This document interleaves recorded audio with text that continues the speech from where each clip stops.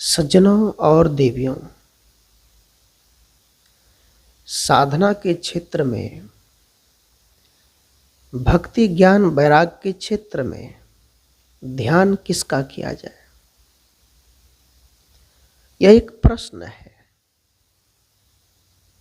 ध्यान किस भगवान का करें? इस धरती पर 33 कोटि देवता है हमारे भारत देश में, शायद और बढ़ भी गया होगा। इन सभी देवताओं में ऐसे कौन सी देवता है जिसका ध्यान करने से मनुष्य का मन शांत हो जाता है? कौन है वो? किस गुरु का ध्यान करें? शंकराचार्य का करें या मंडलेश्वर का करें या जगत गुरु का करें या फिर शिवलिंग का ध्यान करें या फिर महादेव शिव पार्वती का ध्यान करें या गणेश का ध्यान करें या राम जी का करें? किसका ध्यान सबसे अच्छा है ताकि मन का झंझट मिट सके? सज्जनों, ध्यान करना यह एक कहने की बात है। ध्यान का मतलब ही होता है होश में आ जाना, अपने आप में जग जाना। सज्जनों, हर आदमी को लगता है कि ध्यान में किसी भगवान को देखेंगे, लेकिन याद रखना 24 घंटे का समय होता है और उस 24 घंटे में कुछ न कुछ आदमी देखता ही रहता है, आंख से देखते हैं। यदि आप ध्यान के समय, ध्यान के दौरान यदि आप कुछ न कुछ देख रहे हैं, इसका मतलब है कि वो ध्यान नहीं है, वो माया है। जो कुछ दिखने में आता है वो सब माया का रूप होता है और दिखने वाली चीज एक न एक दिन क्षण पल में छूट जाते हैं। ध्यान एक आदत है। जैसे हिंदू धर्म में शंख फूंकने से काल का नाश होता है, ऐसा मानते हैं। ये केवल हिंदू मानते हैं और इस शंख की आवाज से मुसलमानों को नफरत है। यदि आप मुसलमान के सामने जय श्री राम के नारे लगा दो, बजरंग बली के नारे लगा दो, शंख फूंक दो, तो उनको नफरत हो जाता है। यदि हिंदू के सामने अल्लाहू अकबर के नारे लगा दी जाए तो इनको नफरत हो जाता है। शायद कहीं न कहीं हम जो मान बैठे हैं उसी को ध्यान मान लेते हैं, उसी को समाधि मान लेते हैं। एक बच्चा सड़क पार करता है, माता और पिता बोलते हैं, बेटा देखो ध्यान से जाना। क्या कहते हैं? ध्यान से जाना। आप समझ ही गए कि ध्यान का मतलब क्या होता है। आप मानते हैं कि आंख बंद कर लिए, शरीर टाइट कर लिए, शरीर को एकदम ध्यान की मुद्रा में बैठा दिए, हो गया ध्यान? नहीं हुआ ध्यान। कबीर साहब कहते हैं, अपने समूल जीवन को ध्यान पूर्वक व्यतीत करना, ध्यान पूर्वक बोलना, ध्यान पूर्वक भोजन करना, ध्यान पूर्वक कर्म करना, ध्यान पूर्वक समाज में जीना, उठना, बैठना, आंख बंद करके नहीं। कबीर साहब कहते हैं पूरा जीवन ध्यान में हो जाए। तुम ध्यान रखो कि तुमने जो सामान लाया है खरीद कर, उसे तुम कैसे रखोगे? सुरक्षित रखो, उस ध्यान से तुमको सुख मिलेगा, वस्तु का सुख मिलेगा, सुरक्षा हो गया। जब आप ध्यान में जाते हैं, आंखें बंद करते हैं, ध्यान रखो, तुम क्या नाद बिन तारे ज्योति को क्या देखने में लगे हो? लोग मानते हैं आकाश के तारे ध्यान में देख लिए, नाद बिंद ज्योति अनाहद नाद सुन लिए, ध्यान हो गया। तुम तो केवल सुन रहे हो। आंखें खुली है तब भी सुनते हो, आंखें खुली है तब भी देखते हो, आंखें बंद है तब भी तो तुम ध्वनि ही सुनते हो। वो सब छूटने वाली है। सज्जनों, ध्यान की एक अवस्था ऐसी है जहां सब मिट जाए, हजारों हजारों किलोमीटर कुछ ना हो, रेगिस्तान, आंधी तूफान भूचाल आ गए, अकेले बैठे, शरीर जल गया, मर गए, मिट गए, मन का मिट जाना अर्थात मन का शांत हो जाना, निर्मल हो जाना ध्यान की अवस्था है। लोग कहते मैं समाधि में जाऊंगा, और जाते भी हैं। कितने घरों में ये विवाद होता है कि मरने के बाद समाधि नहीं बनाएंगे तो वो आत्मा भटकेंगे, ये भी विवाद होती है। सज्जनों, दो प्रकार की भक्ति लोग करते हैं। एक है बाहर की भक्ति, बाहर मूर्ति बनाना, समाधि बनाना, बाहर कुछ न कुछ करना, ये बाहर की भक्ति है।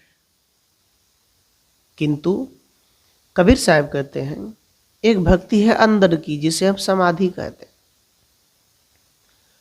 मरने के बाद ईंटा पत्थर जोड़कर समाधि बना दिए, वो समाधि नहीं है। समाधि सम अर्थात एक हो जाओ, रुक जाओ, धी ध अध्ययन। साहब कहते हैं अपने आप में लौटा हुआ व्यक्ति उस समाधि में है, वो जीवित की अवस्था है, मरने की अवस्था नहीं है। जीवित अवस्था में यदि मन हंसता है, खुश होते हैं, प्रसन्न होते हैं, आओ मौत, प्यारी मौत, मेरे सामने आया करो, मुझे ले चलो, ये समाधि का अवस्था है। प्रसन्नता, निर्मलता, चिंता मुक्त जीवन, ये समाधि का अवस्था है और ये जिंदा की अवस्था है। तो कबीर साहब से पूछा ध्यान किसका करें? सज्जनों, ध्यान किसी का मत करो। एक राम जी की मूर्ति का ध्यान करोगे, आंखें बंद करके देखते रहोगे, तुम मर जाओगे, मूर्ति वहीं पड़ी रहेंगे, तुम कहाँ जाओगे? क्योंकि साहब ने कहा मन मरे न माया मरे, मर मर जात शरीर। तुम कहाँ जाओगे, तुम कहाँ समाओगे? बताओ। मन को संसार के चीजों में फंसा के रखे हो, तुम जाओगे कहाँ मरने के बाद? शरीर मरेंगे, मन तो नहीं मरा। कबीर साहब की मूर्ति के ध्यान करेंगे तो क्या मुक्ति मिलेगी? कबीर साहब ने किसी का ध्यान नहीं किया, बुद्ध ने किसी का ध्यान नहीं किया। बस बुद्ध ने अपने हाथ को देखा, अपने आप की तरफ देखा, एक पत्ते बुद्ध के हाथ में गिर गए। बुद्ध ने कहा मुझे प्रश्न का उत्तर मिल गया। मैं भटकता रहा, भोजन छोड़ दिया, पानी छोड़ दिया, लहसुन प्याज दुनिया की सारी वस्तुएं छोड़ दिए, फल फूल छोड़ दिए। बुद्ध ने कहा मुझे शांति नहीं मिली, मुझे आराम नहीं मिला, मैं सुख से नहीं रह पाया, मेरा मन विचलित, क्योंकि शरीर में भोजन चाहिए। भोजन देने से शरीर की भूख शांत हो जाते हैं। उसी भूख शांत होने पे मन शांत होता है। शरीर एक घोड़ा है, साधन धाम मोक्ष कर द्वारा। सज्जनों, 84 लाख खानी लोग बोलते हैं, 3,90,900 जो जीव जंतु है उसमें भक्ति करने की साधन नहीं है। मनुष्य मात्र साधन धाम। यदि धाम कहीं है, साधना करने की साधन कहीं है, क्षमता कहीं है, मुक्ति प्राप्त करने की, मोक्ष प्राप्त करने की क्षमता कहीं है, तो मनुष्य जीवन में है और जिंदा में है, मरने के बाद नहीं। सज्जनों, इस मनुष्य जीवन को प्राप्त करके हम लोग 100 ग्राम 200 ग्राम पत्थर में टीका चंदन लगाते रह गए। लोग बोलते हैं सबसे बड़े शिवलिंग यहाँ पर है। टीका लगाते रह गए, घंटा बजाते रह गए, किंतु आत्म साक्षात्कार नहीं हो पाया। सोचो, अध्यात्म में जुड़ने का मतलब क्या होता है? सत्संग में जुड़ने का मतलब क्या होता है? जब हम अध्यात्म में जुड़ जाते हैं तो हमारे जीवन के सारे कर्मकांड पाखंड मिट जाए। जब हम सत्संग से जुड़ जाते हैं तो मेरा घर एक सजा हुआ हो जाए, सजावट में रंग बिरंग। सजावट का मतलब, सज्जनों, आप यदि पंडाल सजाते तो अलग अलग प्रकार के रंग देते हैं, कपड़े देते हैं। ऐसे ही मनुष्य जब भक्ति करता है तो उसके घर और उसका जीवन परिवार सजता है, प्रेम की मस्ती में सजता है, आनंद की मस्ती में सजता है। इसलिए प्यारे बंधुओं, ये मनुष्य जीवन में रह करके ये छूटा हुआ मन, बिगड़ा हुआ मन, लालची मन, परेशान मन, कुत्ते जैसा मन, लोमड़ी जैसा ये मन, इसको काबू करने की ही जरूरत है। बड़े बड़े ऋषि मुनि तपस्या किए, ध्यान किए। आपको पता है, जंगलों में रहकर बुद्ध ने, कबीर साहब ने तपस्या की। और जंगलों में रहकर जो तपस्या किए, उसने किसी भगवान की तपस्या नहीं की, स्वयं का अध्ययन किया। एक विद्यार्थी यदि पढ़ना चाहे, किताब लिखना चाहे, यदि वो 2-3 पेज पन्ने में कुछ लिखना चाहे, वो नहीं लिख पाएगा जब तक मन शांत नहीं होगा। मन को एकत्रित करेगा, मन को एकाग्र करेगा, संयत करेगा, स्थिर दिमाग से जब वो लिखना चाहेगा तभी कुछ लिख पाएगा। यही है ध्यान की अवस्था। बस मन को जिस काम में तुम सफल होना चाहते हो उसमें लगा दो बस। सज्जनों, आपने ध्यान किया मुझे शराब पीना है, आपने पी लिया, नुकसान हो गया। आपने ध्यान और मन से सोचा कि मुझे अच्छा जीवन जीना है, आपने जी लिया, आपको सुख मिला। ऐसे ही ध्यान करो मत किसी का, होश में आ जाओ, बस ध्यान है, जग जाओ। जगने का मतलब समझदारी बढ़ जाए। तो कितने लोग पूछते हैं, साहब आप तो कहते हैं कि स्वयं का ध्यान करो, स्वयं का ध्यान करो, स्वयं को जानो। कैसे जाने? स्वयं को कैसे देखें, स्वयं का ध्यान कैसे करें सज्जनों। स्वयं का ध्यान का मतलब होता है जैसे आपको भोजन चाहिए या 1 रुपए चाहिए, या तो आपको कटोरी लेकर भिक्षा मांगनी पड़ेगी, या फिर आपको मेहनत करना पड़ेगा, और या फिर आपको कहीं न कहीं बिजनेस या कहीं न कहीं विदेश जाके पैसे कमाने होंगे। जब ये आप अपने अंदर से सोच लेते हैं कि हमें करना है, हमें कमाना है, तब हमें सुख मिलेगा, यही है ध्यान का बिंदु।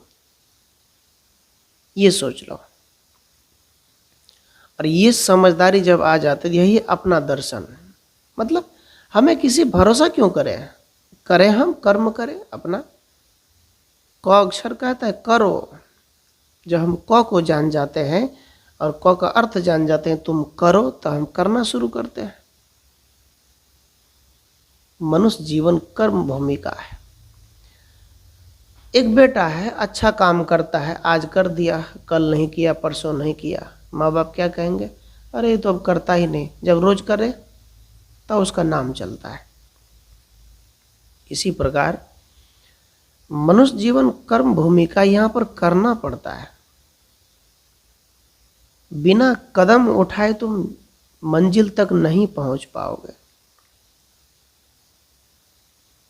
इसलिए निरंतर अभ्यास करत करत अभ्यास ते जड़मती होत सुजान, रसरी आवत जाते सिल पर परत निशा। गोस्वामी जी कहते हैं, कुआं से पानी निकालते हो, रस्सी घसीटते घसीटते पत्थर पे निशान पड़ जाते हैं। ऐसे ही सज्जनों, मनुष्य को एक अभ्यासी होना चाहिए। निरंतर ध्यान में बैठने से, अपने आप का अभ्यास करने से, अच्छी संगत में निरंतर जाने से, निरंतर कड़ी मेहनत करने से, निरंतर कुछ न कुछ शास्त्र पढ़ने से मनुष्य के जीवन में आंतरिक सुधार होना शुरू हो जाता है। जब आंतरिक सुधार होता है तो व्यवहारिक जीवन भी बदल जाते हैं। इसलिए सज्जनों, हम सबको ये ध्यान रखना चाहिए कि किस गुरु का ध्यान करें, किस भगवान का करें। 33 कोटि है, अरे किसी का मत करो, बस नियम बना लो। अब हम ये काम करेंगे, इतने टाइम वो करेंगे, इतने टाइम ये करना है, ये बना लो नियम। जागरूक अवस्था में रहो। कबीर साहब ने कहा, माला तो कर में फिरे, जीप फिरे मुखमाही, मनवा तो 34 फिरे, ई तो सुमरन नाही। कबीर साहब ने कहा, मैं उसे सुमरन नहीं मानता, बाहर जितना भी सुमरन करो वो सुमरन नहीं है।